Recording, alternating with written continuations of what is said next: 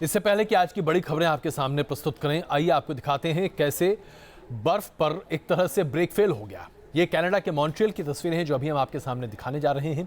ऐसा लग रहा है जैसे गाड़ियां बस एक के बाद एक दूसरे से बस दबा तोड़ लगता जा रही हैं, भिड़ते चली जा रही हैं। किसी भी को नहीं समझ में आ रहा कि कौन कहां जा रहा है। बस गाड़ी से टकरा गई, गाड़ी से टकरा गई, बस के पीछे आ रही गाड़ी टकरा गई और सब एक दूसरे में भिड़ते चले गए। ऐसा लग रहा था जैसे कि क्रिसमस के आने के पहले शायद ये क्रिसमस का तोहफा है, जहां हर कोई एक दूसरे से भिड़ता दिखा। मॉन्ट्रियल की ये तस्वीर आप देख रहे हैं जहां बर्फबारी ज़बरदस्त तरीके से है, बड़े पैमाने पर है और गाड़ियों के फिसलने का सिलसिला यहां पर साफ देख सकते हैं। और आइए अब आपको ले चलते हैं हिंदुस्तान के हमारे रतलाम में, जहां कानून के रखवाले जब भीड़ के हत्थे चढ़ जाते हैं तो उनकी जान पर कैसे बनाती है, ये हम आपको दिखा रहे हैं। रतलाम में एक तालाब में 2 शव मिलने के बाद ग्रामीणों का गुस्सा फूट पड़ा और ग्रामीणों ने मौके पर पहुंचे राजगढ़ चौकी के प्रभारी के साथ न सिर्फ धक्का मुक्की शुरू की, उसके बाद पुलिस के अधिकारियों की जो जमकर धुनाई हुई है, यह प्रदर्शित करती है कि लोग जब आपा खो बैठते हैं तो फिर उन्हें कानून और कानून के रखवालों का कोई डर नहीं होता। और आज की सबसे बड़ी खबर अब आपके सामने प्रस्तुत करते हैं, वो खबर जो हम लगातार आपके सामने प्रस्तुत कर रहे थे। लिबिया में एक प्लेन का हाईजैक किया गया था और एक ऐसा हाईजैक जो कि अभी तक जारी था, लेकिन अभी कुछ ही क्षणों पहले इसकी जानकारी आई कि हाईजैक का ये संकट खत्म हो गया है और अब जो लोग इस हाईजैक से जुड़े हुए थे वो अब बाहर निकाले गए हैं, कुछ लोगों को गिरफ्त में लिया गया है। आइए आपको हम दिखाते हैं कैसे ये हाईजैक की घटना ने पूरे दुनिया को हिला कर रखा था। हिंदुस्तान में शाम के तकरीबन 6:30 बज रहे थे। ठीक उसी वक्त एक खबर आई कि मध्य एशियाई देश लीबिया से एक नागरिक विमान हाईजैक कर लिया गया है। खबर आते ही हर ओर हलचल मच गई। विमान में क्रू मेंबर समेत 118 लोग सवार थे। खबर आई कि 2 लोगों ने विमान को हाईजैक कर लिया है। लीबिया के कुछ हिस्सों में गृह युद्ध जारी है और इस मुल्क में इस्लामिक स्टेट की भी मौजूदगी है। इसी वजह से आतंकी वारदात की आशंका बढ़ गई थी। लीबियाई सरकार के प्रतिनिधियों समेत सुरक्षा एजेंसियों और कमांडो टीम तैयार हो गई। हाईजैकर्स विमान को लीबिया से माल्टा ले जा चुके थे और इस वजह से भी धड़कनें बढ़ी हुई थी। तो एयरपोर्ट पर कड़ी सुरक्षा थी। सुरक्षा बल किसी भी इमरजेंसी के लिए तैयार थे। नेगोशिएटर्स भी लगातार हाईजैकर्स के संपर्क में थे और ये कोशिश रंग लाई। माल्टा में हाईजैकर्स ने एक कर पहले 109 लोगों को रिहा कर दिया। Team news nation. और एक खबर जो अब हमारे विदेश मंत्रालय को वाकई में चिंता में डालने के लिए बहुत काफ़ी है, और वो इसलिए क्योंकि हिंदुस्तान का पुराना विश्वस्त दोस्त रूस, उसकी नज़दीकियां अब पाकिस्तान से लगातार बढ़ती चली जा रही हैं। पाकिस्तान अब एक सम्मेलन में शिरकत करने जा रहा है जिसमें रूस और चीन पहले से ही बातचीत कर रहे थे। अब पाकिस्तान के विदेश सचिव की इसमें भागीदारी ये प्रस्तुत कर रही है कि कैसे ये द्विपक्षीय बातचीत त्रिपक्षीय हो चुकी है। इसमें भी कोई दो राय नहीं है कि खबरें आ रही हैं कि रूस जो इकोनॉमिक कॉरिडोर चीन बना रहा है पाकिस्तान में, जिसके जरिए वो गादार पोर्ट तक पहुंच रहा है, उसमें अपनी भागीदारी बढ़ाना चाहता है, क्योंकि अब वो अफगानिस्तान के मुद्दे पर पाकिस्तान के साथ आना चाहता है। कुल मिलाकर देखा जाए तो हमारा विश्वस्त दोस्त रूस अब धीरे धीरे पाकिस्तान के साथ अपनी नज़दीकियां बढ़ा रहा है और ये हिंदुस्तान के लिए परेशानी का सबब है, क्योंकि हिंदुस्तान अफगानिस्तान में अपनी पैठ मजबूत कर रहा है, लेकिन चीन के साथ हिंदुस्तान की मुश्किलें जो लगातार बढ़ रही हैं, उसे देखते हुए चीन अब रूस के साथ मिलकर पाकिस्तान और ये एक नया एक्सेस तैयार किया जा रहा है और ये अब हिंदुस्तान के लिए खतरे की घंटी है। आज एक ऐसा इल्जाम सामने आया है जिसने देश में जर्जर होती खेल की पूरी प्रणाली पर ही सवाल खड़े कर दिए हैं। गोल्फर एसएसपी चौरसिया ने आरोप लगाया है कि रियो ओलंपिक्स के दौरान खिलाड़ियों के एसोसिएशन के अधिकारियों ने ऐसा बर्ताव उनके साथ किया मानो कि एसोसिएशन के अधिकारी मालिक हों और ये साहब नौकर हो। हम आपको चौरसिया की ये रिपोर्ट इसलिए दिखा रहे हैं क्योंकि ऐसी खबरें पहले भी आती रही हैं जहां पर यह प्रदर्शित हुआ है कि खेल एसोसिएशन के तमाम अधिकारी अपने मातहत विदेश गए खिलाड़ियों को नौकर से भी बदतर समझते हैं, उनके साथ बदसलूकी करते हैं, उनके साथ अमानवीय व्यवहार करते हैं, यहां तक कि उनका यौन उत्पीड़न भी करते हैं। आइए आपको दिखाते हैं कैसे एक एस गोल्फर ने अपनी आप बीती हमारे सामने रखी है। नाम एसएसपी चौरसिया, पेशा गोल्फ खिलाड़ी, कामयाबी 18 बड़े खिताब। गोल्फ की दुनिया में एसएसपी चौरसिया किसी पहचान के मोहताज नहीं है। एसएसपी चौरसिया उन चंद खिलाड़ियों में शामिल हैं जिन्होंने अंतर्राष्ट्रीय स्तर पर शानदार प्रदर्शन किया और इसी प्रदर्शन के चलते भारत में गोल्फ जैसे खेल को बढ़ावा मिला। लेकिन जब देश का नाम ऊंचा करने के मकसद से चौरसिया रियो ओलंपिक्स गए तो उनके हाथ निराशा लगी। निराशा खेल के स्तर से नहीं बल्कि एसोसिएशन के बर्ताव से लगी। यही आरोप लगाए हैं चौरसिया ने।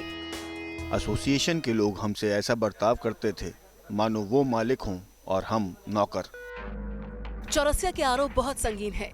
चौरसिया का ये भी कहना है कि बारिश के दौरान उन्हें और उनके साथी खिलाड़ियों को छाते तक नहीं मुहैया करवाए गए और तैयारी के लिए जो फीस देने का वादा एसोसिएशन ने किया था वो भी नहीं मुहैया करवाई गई। तो क्या वाकई ऐसा ही हुआ? क्या वाकई एसोसिएशन के लोगों ने खिलाड़ियों के साथ बुरा बर्ताव किया? क्या खिलाड़ियों की देखरेख करने की बजाय उन्हें बुरे हाल में छोड़ दिया गया? चौरसिया के आरोप एक बार फिर से यही सवाल खड़े करते हैं कि हमारे देश में खेल के नाम पर पैसा तो बहुत खर्च किया जाता है, लेकिन बद इंतजामी इन खर्चों और कोशिशों पर पानी फेर देती है। Team news nation. एक ओलंपियन का दर्द हमने आपके सामने रखा, लेकिन आइए प्रदर्शित करते हैं आपको कि कैसे हमारे खिलाड़ी एसोसिएशन के अधिकारी विदेश जाकर ऐश करते हैं और हमारे खिलाड़ी किस बदहाली में रहते हैं। और यही वजह है कि हम चाहकर भी अच्छे से अच्छा प्रदर्शन नहीं कर पाते। साल 2000 में भारत की तरफ से 67 एथलीट ओलंपिक्स में गए थे, लेकिन हम सिर्फ एक कांस्य पदक जीत पाए। साल 2004 में भारत ने 73 एथलीट्स ओलंपिक्स में भेजा और एक रजत पदक यानी कि सिल्वर मेडल हमें हाथ लगा। 2008 में 56 एथलीट गए और 2008 में हमें एक स्वर्ण पदक और 2 सिल्वर मेडल मिले थे। 2012 में हालात जरा सुधरे थे। 83 एथलीट गए थे, 2 रजत पदक और 4 कांस्य पदक लेकर आए। लेकिन 2016 में 117 से ज्यादा एथलीट गए प्रतिनिधित्व करने, वहां पर 100 से ज्यादा अधिकारी पहुंचे, एक कांस्य और एक रजत। हम आपको यह बताना चाहते हैं कि कैसे बड़े पैमाने पर जितने एथलीट जाते हैं उससे ज्यादा हमारे यहां अधिकारी जाते हैं विदेश, लेकिन मेडल आते हैं 1 या 2 और वो भी सिल्वर या ब्रॉन्ज। क्या यही है हमारे खिलाड़ियों की औकात? वाकई में प्रदर्शित करती है कि हम कितना बुरा व्यवहार अपने खिलाड़ियों के साथ करते हैं। अब यह खबर जो आपको सनसना देगी। जयपुर में तैनात एक तेज तर्रार एटीएस अधिकारी जिसके नाम से अपराधी कांपते थे, अचानक उनकी खुदकुशी की खबर सामने आई। जिस कार में आशीष का शव मिला उसमें एक महिला का शव भी बरामद किया गया। पुलिस अब इसे एक मिस्ट्री समझ रही है और इसमें लव ट्रायंगल की बात भी कही जा रही है, लेकिन असली हकीकत क्या है शायद कोई नहीं जानता। जयपुर में एटीएस के एडिशनल एसपी आशीष प्रभाकर की इस धुंधली तस्वीर ने पुलिस के साथ साथ इलाके के रहने वाले लोगों को भी झकझोर कर रख दिया। सिर में गोली लगी थी और कार में एक महिला का शव भी पड़ा था। पुलिस सूत्रों के मुताबिक जयपुर के शिवदासपुरा इलाके में स्कॉर्पियो कार में एटीएस अधिकारी आशीष प्रभाकर अपनी महिला मित्र के साथ कार में बैठे थे। तभी प्रभाकर ने पीसीआर में फोन किया और कहा कि शिवदासपुरा के पास एक अंडर कंस्ट्रक्शन बिल्डिंग पर पीसीआर भेजें। सूत्रों के मुताबिक प्रभाकर ने अपनी कनपट्टी पर रिवॉल्वर रख खुद को गोली मार दी। जब तक पीसीआर की गाड़ी वहां पहुंची, कार में एटीएस के एडिशनल एसपी प्रभाकर और उनकी दोस्त निढाल पड़े थे। शव के पास ही आशीष प्रभाकर का सर्विस रिवॉल्वर भी मिला है। कहा जा रहा है कि इसी सर्विस रिवॉल्वर से गोली मारी गई है। रात करीब 8:30 बजे चेतक ने सूचना दी थी कि बॉम्बे हॉस्पिटल सामने एक स्कॉर्पियो गाड़ी है जिसके अंदर एक लड़के और लड़की हैं, दोनों की लाश पड़ी हुई है, गोली लगी हुई है और लड़के के हाथ में पिस्टल है। इस सूचना पर मैं वहाँ गया, देखा कि स्कॉर्पियो थी। स्कॉर्पियो के नंबर के बारे में सबसे पहले पता किया तो मालूम पड़ा कि ये स्कॉर्पियो एटीएस में अलॉटेड है। सीन ऑफ क्राइम इसी तरह का था कि बॉडी एक तरफ की जिसकी कनपट्टी पे एक गन शॉट था और उसकी गोदी के अंदर एक लेडी की लाश पड़ी हुई थी। सूत्रों के हवाले से जो खबरें सामने आ रही हैं उसके मुताबिक आशीष प्रभाकर 15 दिन से अपने घर पर नहीं गए थे। कार से एडिशनल एसपी का सुसाइड नोट भी मिला है। तो सुसाइड नोट में साफ तौर पर सिर्फ इतना लिखा है कि वो कहीं ना कहीं अपने पत्नी से माफ़ी मांग रहे हैं। जयपुर पुलिस के लिए आईपीएस अफसर की संदिग्ध हालत में हुई ये मौत बड़ी पहेली बन गई है। जयपुर से मनीष भट्टाचार्य के साथ टीम न्यूज़ नेशन। आइए आपको दिखाते हैं कैसे राजनीति का स्तर एक अलग स्तर, यूं कहें कि परिधान पर पहुंचता दिख रहा है। शिवाजी मराठाओं के गौरव के प्रतीक हैं। इतिहास में उनकी एक अलग जगह है। युग पुरुष के तौर पर उन्हें देखा जाता है। उन्हें लेकर तरह तरह के बयान होते रहे हैं और अगर हम देखें तो शिवसेना ने अपनी पूरी राजनीति शिवाजी और मराठाओं पर केंद्रित रखी है। लेकिन अब अपने सहयोगी दल शिवसेना से ये बाजी मारने के लिए भारतीय जनता पार्टी ने एक नई जुगाड़ शुरू की है। छत्रपति शिवाजी मेमोरियल, इसका भूमि पूजन करने के लिए खुद प्रधानमंत्री नरेंद्र मोदी मुंबई पहुंच रहे हैं। विपक्ष का मानना है कि भारतीय जनता पार्टी इस कार्यक्रम के जरिए मराठा राजनीति पर अपनी पकड़ मजबूत करना चाहती है।